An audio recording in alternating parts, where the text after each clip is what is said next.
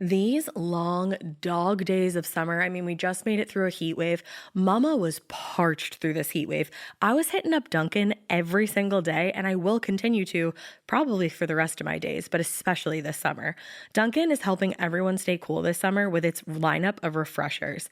These drinks are packed with bold, fruity flavors and served ice cold. It's amazing. Dunkin' refreshers are the perfect afternoon pick-me-up. I like to start my morning with them personally, and then sometimes I go back for a second one because I'm just feeling crazy.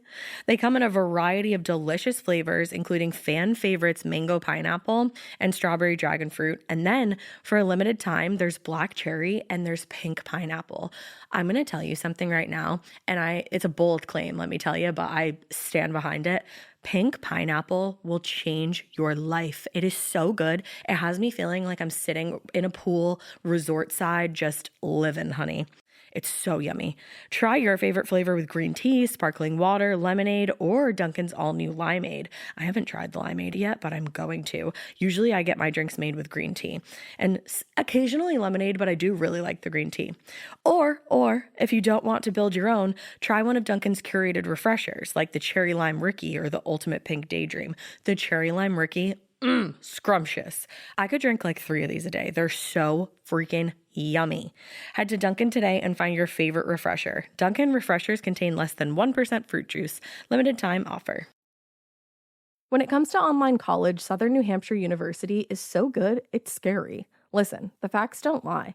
SNHU has degree programs that fit your goals, online classes that fit your life, and real support at every step. And if that wasn't enough, they've got some of the lowest online tuition rates in the U.S. This is an airtight case, you guys. Visit snhu.edu/morbid to get started. That's snhu.edu/morbid.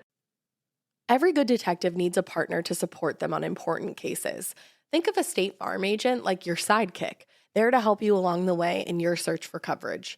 State Farm can help you choose the coverage you need, whether it's for your home, car, boat, or even RV. With so many options, it's nice knowing you have help finding what fits for you so you can get back to solving all of life's bigger cases. Go to statefarm.com or use the award-winning app to connect with a local agent and get a quote. Like a good neighbor, State Farm is there. Hey weirdos, I'm Alaina. I'm Ash. And this is a mini Morbid. Mini morbid. Mini morbid, mini morbid. Mini Morbid. Mini Morbid. We've had so many comments about the Morbid theme song. Thank you, I wrote it myself. Ash wrote that completely herself and performed it completely herself. It took hours and hours to write. I rewrote the lyrics at least 4 times. The harmonies were a little off at first, so I fired the backup singer, and I just decided to do it solo, a cappella. And honestly, it was the best decision you ever made in your career. Thank you so much. It's touched a lot of people. Honestly, I'll sign autographs if you guys want. Just let me know, okay? Just let her know. I'm so glad that everybody loves it, though. I know, I love totally it. Kidding. I'm so happy that you guys love it. So welcome to Alaina's Mini Morbid episode. What's it gonna be this week? I love that we never know each other's. This has become a fun thing. It's fun. It's really fun. So this week, I'm gonna be doing the Paris Morgue. Is it in Paris? No, it's in Kentucky. Really? No, it's actually in Paris, France. Oh, okay. And it's actually not there anymore, but it was. Bummer. So there's a Paris, Maine, I think, so I didn't know. Well, this is the Paris Morgue in France, okay? Oh, I want to go to Paris so bad. Same. There's a lot of cool dark tourism stuff there.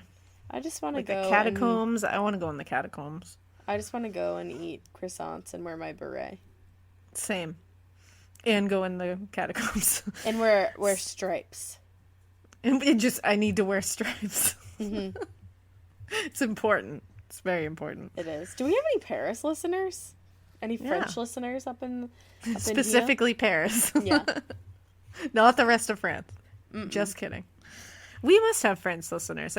I know we do, in fact. I can see it on our little stats. So hi, French listeners. Hello. I'd like to apologize way in advance for butchering your language. Because Mama took Spanish in high school, and I didn't even do well at that. So I love the French language. I think it's beautiful. And that's why I feel like such a turd right now for what I'm about to do to it. Bonjour. So I apologize. Feel free to yell at me. Let me tell a quick family my story. best.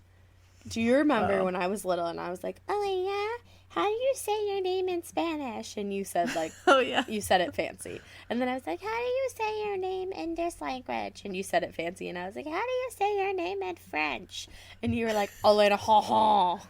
I do remember that. I tell that story all the time. Just a ho ho. Ha ha. Well, you have to understand, I take all my French cues from Lumiere from Beauty and the Beast. So I have a really solid foundation for my French. It's pretty casual if you ask me. Yeah, super casual. So again, we're going to do this. I'm sorry. Totally yell at me, French listeners. And people who aren't French, go ahead and yell at me. Everybody yells at us anyway. Exactly. We get yelled at a lot anyway, so go ahead. So this is kind of a look into some of the original dark tourism. So the Paris Morgue first opened its doors to the public in 1804 on, ready? Ile de la Cité. That was good. No French accent to be seen anywhere, but I'm giving it a try. It's better that you don't. And it was there for the purpose of having the public identify bodies that they couldn't identify. Okay. That was the purpose of the Paris Morgue. Because, I mean, especially back in the day, I mean, even now they have trouble with unidentified bodies, but way back in the day, it's not like they had all these computer systems and stuff that would find people's fingerprints and all that. It's like they had a body. Mm-hmm. That was it. So they didn't know no ID, they have no idea who this person is. And they need people to come in and look. So right away, this became some kind of weird tourist attraction where people would come just to look. Just looky-loos. Looky-loos. There was no private entrance for the delivery of the corpses in this original Paris Morgue. So it was just like, they just brought them in the front door. Wow. Like just boom. And it also had a really bad chemical smell, and there was a huge population of large gray rats that hung out in the area. So it wasn't super awesome, this original one. I hate rats so much. And just think about, like, being at this, like, decaying old morgue with, like, no refrigeration and a terrible chemical smell, and there's just a bunch of fat gray rats running around. I saw a rat in Boston one time, and it ran across my path. Luckily, it didn't touch me. I thought it was a fucking cat at first.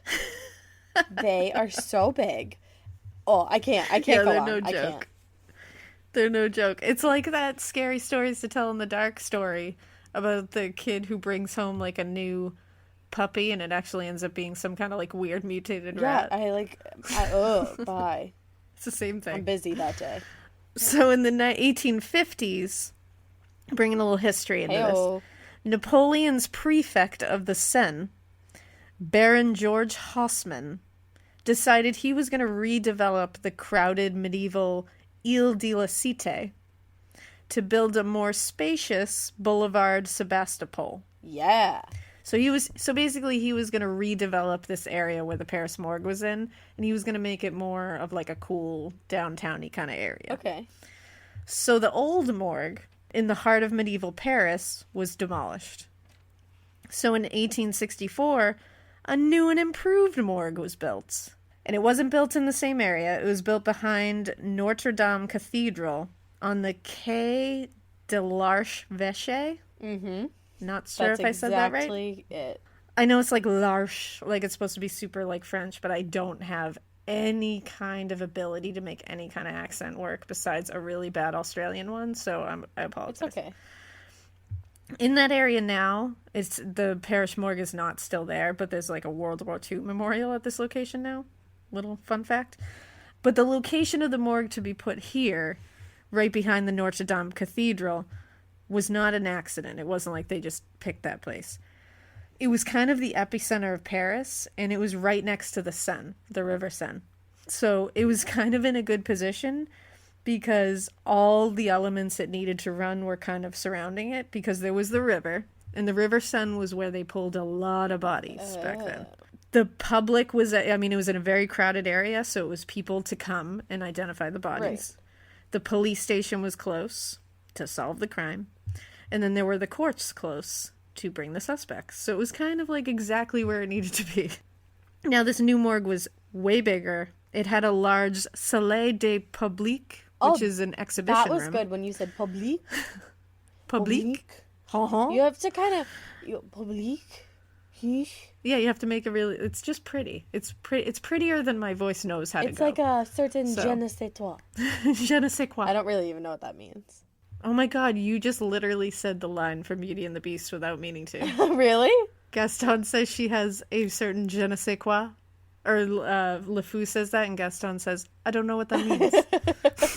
I didn't even mean to. You didn't even mean to. I like to say je ne sais quoi. It's pretty. So it had the long, the big Salle de Public, the exhibition room. And it had, it was starting to get more advanced stuff in it. Like, it had actual rooms for autopsies, which is pretty rad. Where you'd be hanging out, biatch. Where I would be hanging all the livelong day. And then it also had offices. It also had offices for the staff. It had a laundry room, which is where they washed the clothes of the dead. Oh, in the laundry room? Because before they were just hanging dirty clothes up to identify these people. But now they would wash them and be like, look, that's what it's supposed to look like without all the gore. That's nice of them. Yeah, that's nice of them. It also, this is one of the biggest things, I think, it also had a more discreet rear entrance to bring the corpses in. So they weren't just bringing corpses into the front door I feel anymore. like that's better. Yeah, I just feel like that's a good way to do things. Agree. Now, remember, the whole thing that they did, they were making this, and when you hear how it was all set up, you'll see that they were making this to really draw the public in so that they could have more eyes on these corpses to hopefully identify most of them. So in Paris during the medieval period, the Order of St. Catherine was the one who fulfilled the task of identifying the dead. But later, when Louis XIV took reign, the practice of displaying the dead to identify them started to become the norm. Oh. So before, someone else was taking care of it. But once Louis XIV came in, they were like, why don't we just display dead people and have people try to identify them? Yeah, sounds like a pretty solid idea. Now, interestingly enough, the word morgue actually comes from the verb morger, which means to stare or have a fixed and questioning gaze. Oh, okay. In 1718, the Dictionnaire de l'Académie. Yeah, you have to end it like... like a little inflection at the end. It defined the Paris Morgue as, quote, a place at the Châtelet, which is a prison. Oui, oui. Where dead bodies that have been found are open to the public to view in order that they can be recognized. And they also said that it had, quote, dead bodies found in the street and also found drowned, which drowning victims made up way, like the huge majority of victims in the morgue. Why do you Drowning think? was like, the Seine was like just this apparently like death trap that just people either intentionally jumped in there to drown, or I think bodies were just dumped in there. Yikes. It was just an easy place to do it. Did it have like a strong current? I don't really know. Hey, French people, tell us. What's the Seine like? Tell us. What's it like now? So, around the time of the 1800s, Paris began to change a little bit. It was kind of becoming a more social city. They were less divided politically. Sigmund Freud actually described it in 1885 as a place where, quote, I don't think they know the meaning of shame or fear. The women, no less than the men, crowd round nudities as much as they do round corpses in the morgue. Sounds like us. So basically Paris was just becoming like super uninhibited and just things were going good. Yeah. Like socially.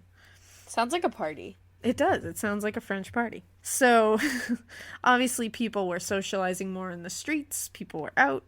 And local tourist attractions were starting to gain a lot of steam because people wanted to be out and about and wanted to be mingling and seen and heard. So the morgue became one of those places where you went to be seen. Oh. Like it was like that kind of place. And because it was open 7 days a week from dawn to 6 p.m., a lot of people became like regulars. Like they would go, like it was like a bar. I'm a morgue regular. Like people would go at certain times and it's like you were a regular. So just to give a little idea of what happened when bodies were brought to the morgue, the bodies were first stripped when they arrived there. They were inspected. They were frozen for a short period of time. And then they were wheeled out on black marble slabs for public display. Now, because refrigeration was still touchy at this time, and it really didn't arrive until after this morgue was built, cold water would drip from the ceiling constantly onto the dead body, which would give the skin like a bloated and puffy and like slimy appearance. Ew. Yeah. And it was just like this dead person laying in front of you and this drip of water just on them at all times. It's like, that's so creepy. Yeah, that's weird. The victims' clothing and belongings hung on pegs behind them. So anything that they were found with would hang on a peg behind them. They said up to 50 visitors at a time would crowd around one dead body. And they said that these bodies were behind huge windows that were like very theatrical windows. And after it sounds like a museum. It does. And you'll see they were really making it into this kind of thing. And they would usually have to be removed after 3 days of being displayed because they would start decomposing. Yeah. But by the 1870s, photography became a thing, and photographs or a wax cast would take the place of the actual body. So you could still look and hopefully identify them. Now, the Paris Morgue ended up being listed as in many of the top travel guidebooks for Paris. So if you traveled to Paris back then, this would be in the guidebooks as somewhere to go. What the fuck? Yeah. Charles Dickens was known to be a frequent visitor. And Makes sense. And in several of his old journals, he described it as, quote, an old acquaintance, and, quote, a strange sight which I have contemplated many a time during the last dozen years. Makes sense. Which I believe. Once you see that, you're definitely going to contemplate it for a few dozen years. Just, for a bit. Émile Zola, who is a French novelist, playwright, and journalist, said about the morgue, quote, the morgue is a spectacle within the reach of all pockets, free for all, the poor and the rich. The door is open, anyone who wishes enters. There are fans who make detours so as not to miss a single representation of death. When the slabs are empty, people leave disappointed, robbed, mumbling under their breath. When the slabs are well furnished, when there is a good display of human flesh, the visitors crowd each other. They provide cheap emotions. They scare one another. They chat, applaud, or sniffle, as at the theater.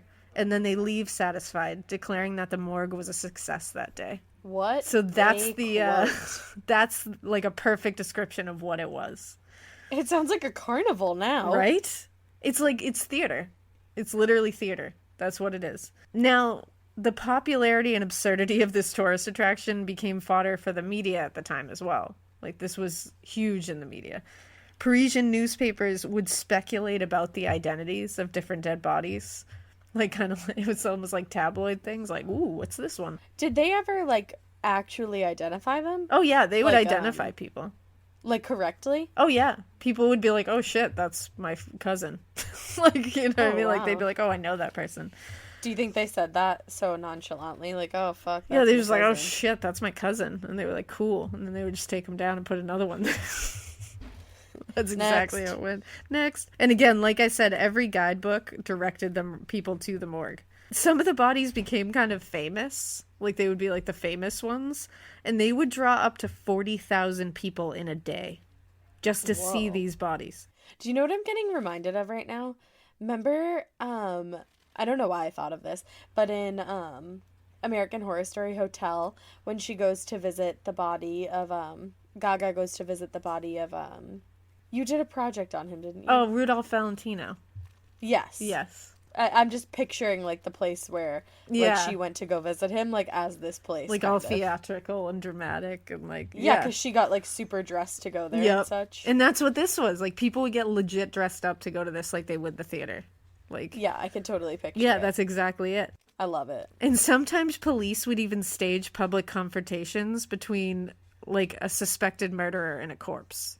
Like, they actually did this. They would bring a suspect there and had them face their victim, their supposed victim, and try to elicit a response. Did it work sometimes? Because they thought if they brought them in front of the people that they suspected they killed, that they would have to have an emotional response. And on at least one occasion, it worked, and the dude broke down and confessed. Damn. So people would go there too to see if that was going to happen. Like if the police were going to bring in suspects to. Smart tactic. Like it literally was theater. Was it free to get in? Yeah, totally free. Wow.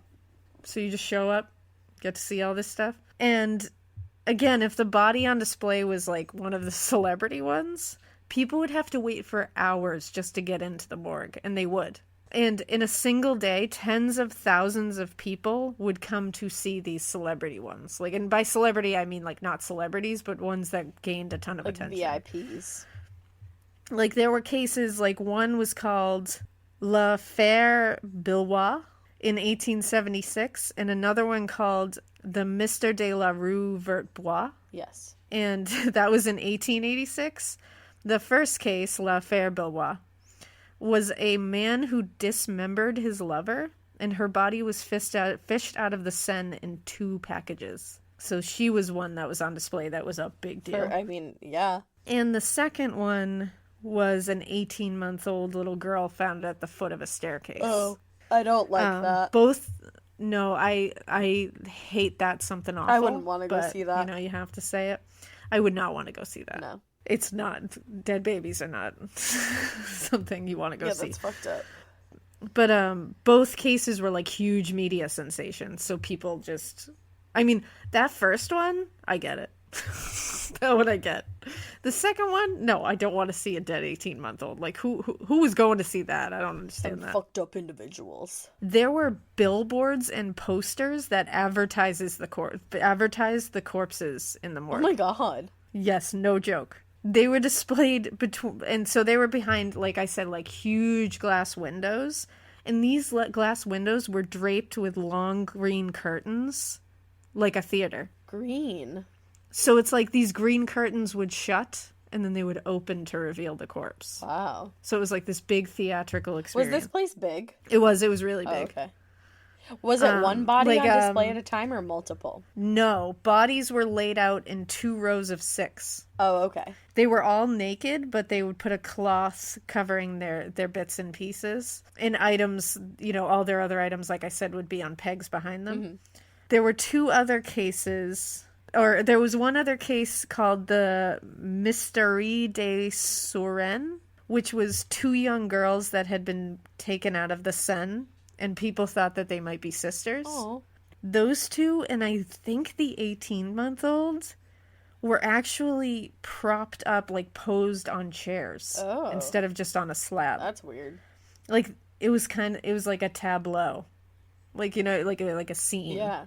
And I think the 2 sisters, that the ones they thought were sisters, at least, I'm not sure if they ever discovered whether they were young too.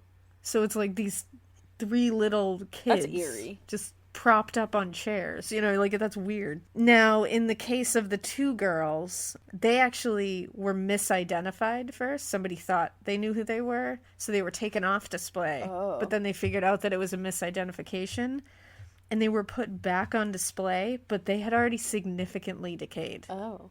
So people were going in here, and we're seeing these 2 little girls which already should mess you up beyond measure, but now it's far past the time when you should be identifying them. Oh.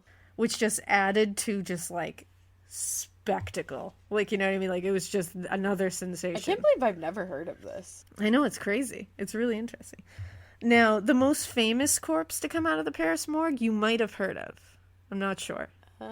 L'Inconnu de la Seine. L'Inconnu de la Seine. Exactly. She was a woman who was taken out of the Seine in the 1880s after she successfully completed suicide. When she got to the morgue, she was so beautiful and at peace. She had this like Mona Lisa smile on her face when they took her out, that an assistant at the morgue was like so taken with it that he took a cast, like a death mask of her face. Wow. And everyone, you would think that would just be like something that happened and nobody really hear about it.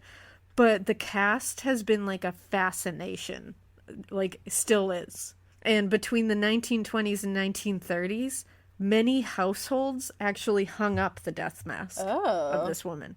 Like, it became a thing that people had in their homes. Like replicas? And people said many literary works were inspired by her story as well. Wow. Like, she became a sensation. And if you look it up, I'll post it on the Instagram. It really is, like, an unbelievable... When you look at the mask, she is so at peace. It's like... Oh. It really is, like, a weirdly beautiful mask. But, and another thing with her is...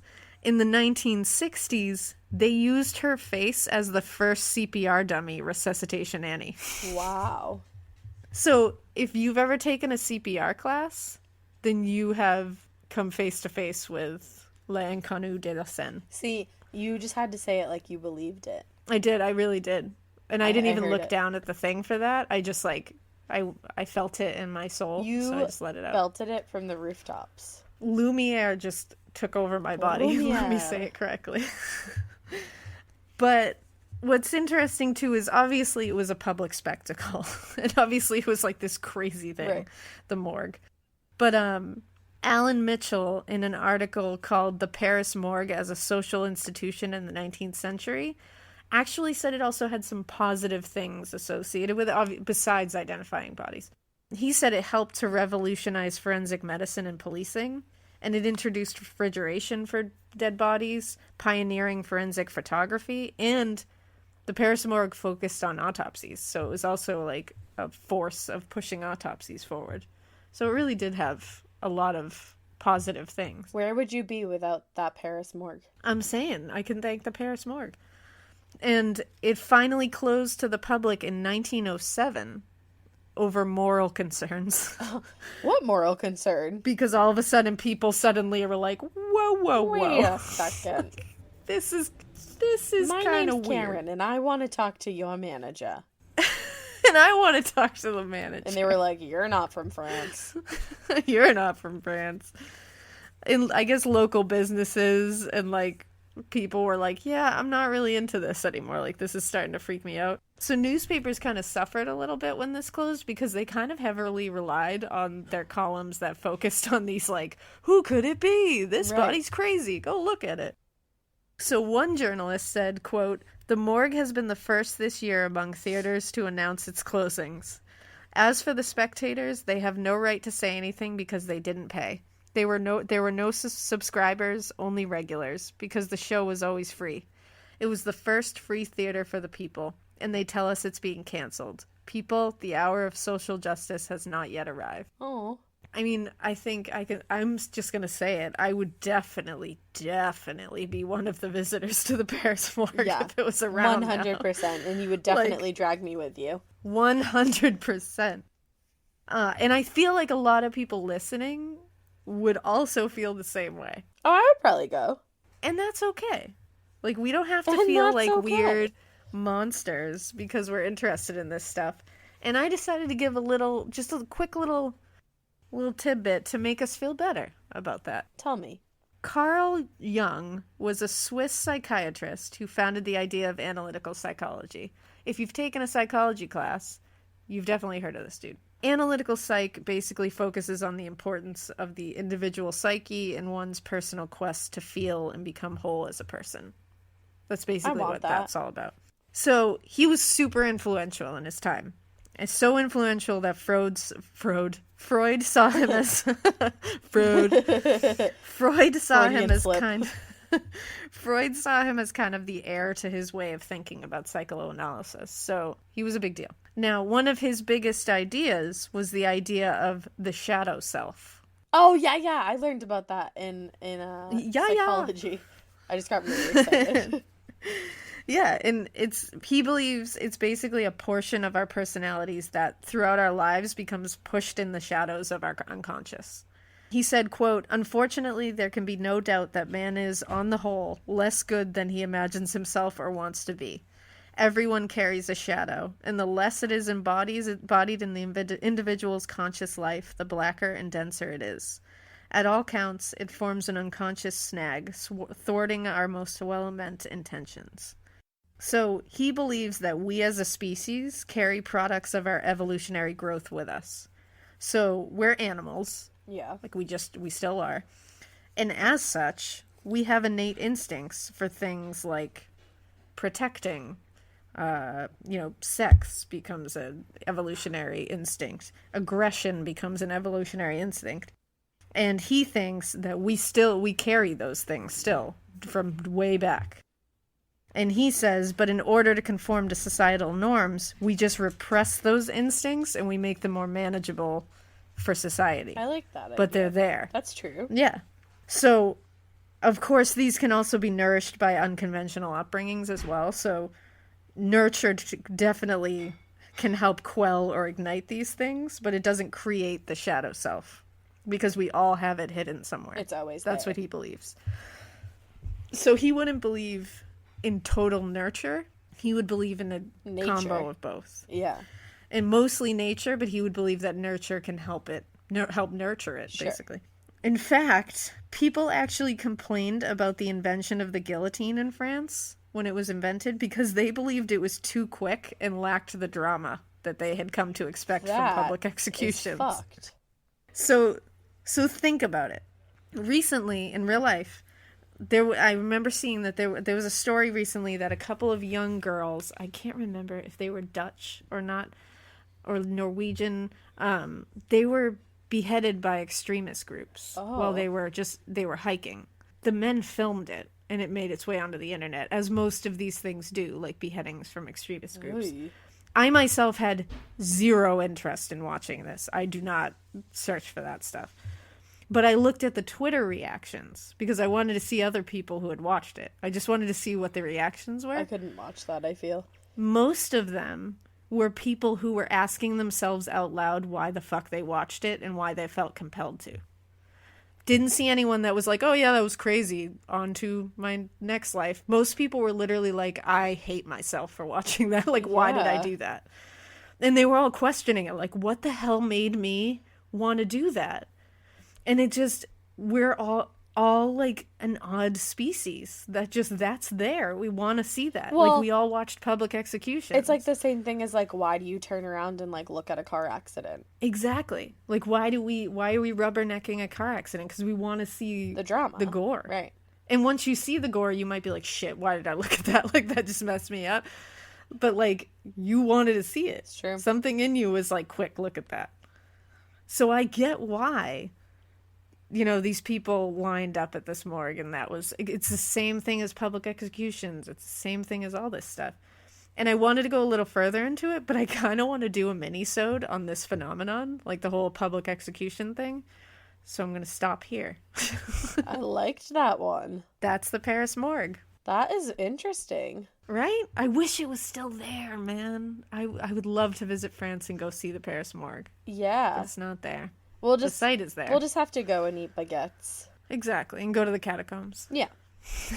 I'll drink some wine. So yeah, that was my mini-sode on the Paris Morgue. I hope you guys dug it. I did. And again, French listeners, come at me, bro. It's fine. Like, I welcome it because I know I butchered a few of those, but I want to let you know that I think your language is beautiful and I tried my very best. Come at me, monsieur. Come at me, monsieur. See, I can't even say that, monsieur. I'm like, monsieur, bonsoir. Bonsoir. I'm so grossly American right now. Come at me, s'il vous plaît. I'm like grossly Bostonian right now. I think s'il vous plaît is if you please. I think it is. So yeah, so hope you guys enjoyed that. Let us know what you think, and we will see you next week for an Ash-centric mini-sode. Whoop whoop. And Patreons, you have a bonus episode coming your way very shortly. Whoop whoop. So thanks for listening. How do we end these? I forget. I don't really remember. Let's just say bye. Yeah. All right. And we hope you Keep it weird.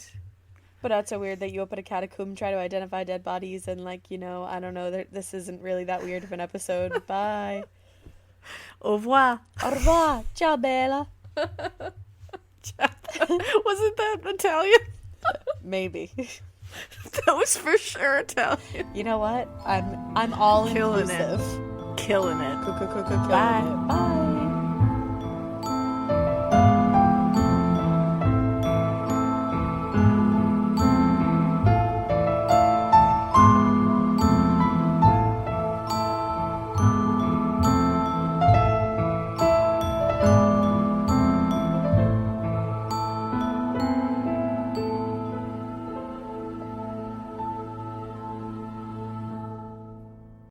This episode is brought to you by SoFi, the all-in-one finance app where you can bank, borrow, and invest. It's time to achieve your financial ambitions. Earn more on your savings with a SoFi Bank high-yield savings account, ditch your high-interest credit card debt with a SoFi personal loan, or start investing on an easy-to-use platform with SoFi Invest. Wherever you are on your financial journey, SoFi's got you covered. Learn more at SoFi.com/SXM.